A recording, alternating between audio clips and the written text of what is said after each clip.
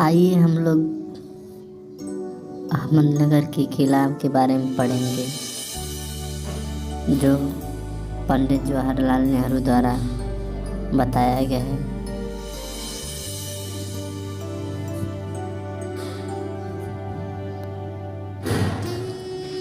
पंडित जवाहरलाल नेहरू जी बताते हैं, यह मेरी 9वीं जेल यात्रा थी। हमें यहाँ आए 20 महीने से भी अधिक समय हो चुका था। जब हम यहाँ पहुँचे तो अंधियारे आकाश में झिलमिलाते दूज के चांद ने हमारा स्वागत किया।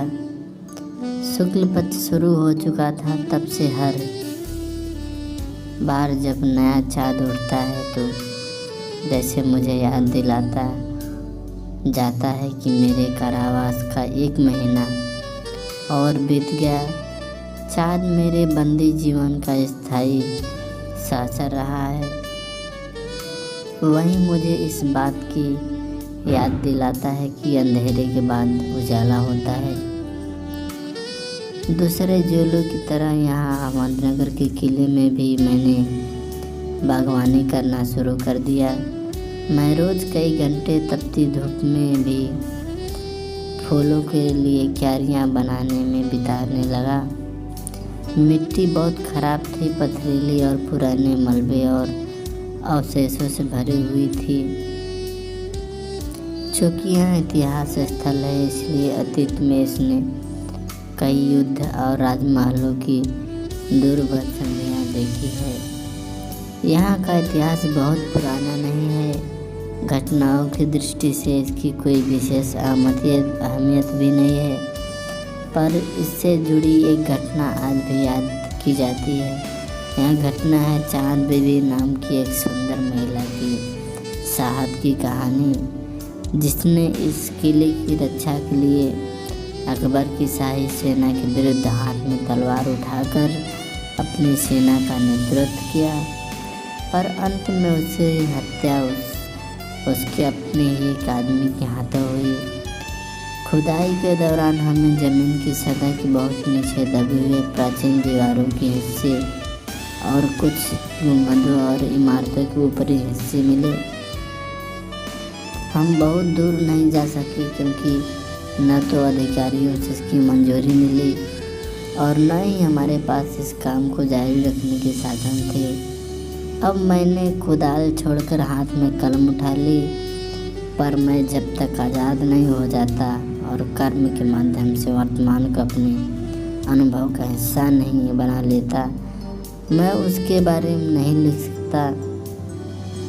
न ही पैगंबर की भूमिका अख्तियार कर मैं फ़िलहाल भविष्य के बारे में लिख सकता हूँ। बचा रहता है अतीत, पर मैं उसके बारे में भी किसी इतिहासकार या विद्वान की तरह विद्वतापूर्ण शैली में नहीं लिख सकता। मैं पहले की तरह अपने आज के विचारों और क्रियाकलापों के साथ संबंध स्थापित करके ही उसके बारे में कुछ लिख सकता हूँ। गेटे ने एक बार कहा था कि इस तरह का इतिहास लेखन अतीत के भारी बोझ से एक सीमा तक राहत दिलाता है। दबाव भला हो या बुरा हो, दोनों तरह अभिभूत कराता है। कभी कभी यह दबाव दम घोटू होता है, खास तौर पर उन लोगों के लिए जिनकी जड़ें बहुत पुरानी सभ्यताओं में होती है, मसलन भारत और चीन की सभ्यताएं। आखिर मेरी विरासत क्या है? मैं किन बातों का उत्तराधिकारी हूँ? क्या उन सब का जिसे मानवता ने दसियों हजारों सालों से दौरान हासिल किया, उसकी विजयों के उल्लास का, उसकी पराजयों का, दुखद यंत्रणा का, मानव के उन हैरत अंगेज साहसिक कार्यों का जिनकी शुरुआत युगों पहले हुई और जो अब भी जारी है और हमें आकर्षित करती है। मैं इसका वारिस हूँ, साथ ही उन सब का भी जिसमें पूरी मानव जात की साझेदारी है। हम भारतवासियों की विरासत में एक खास बात है जो अनोखी नहीं है, क्योंकि कोई व्यक्ति औरों से एकदम अलग नहीं होता। अलबत्ता एक बात हम लोगों पर विशेष रूप से लागू होती है, जो हमारे रक्त मांस और अस्थियों में समाई है। इसी विशेषता से हमारा वर्तमान रूप बना है और हमारा भावी रूप बनेगा। इसी विशिष्ट विरासत का विचार और वर्तमान पर इसे लागू करने के बाद एक लंबे अरसे से मेरे मन में घर किए हैं।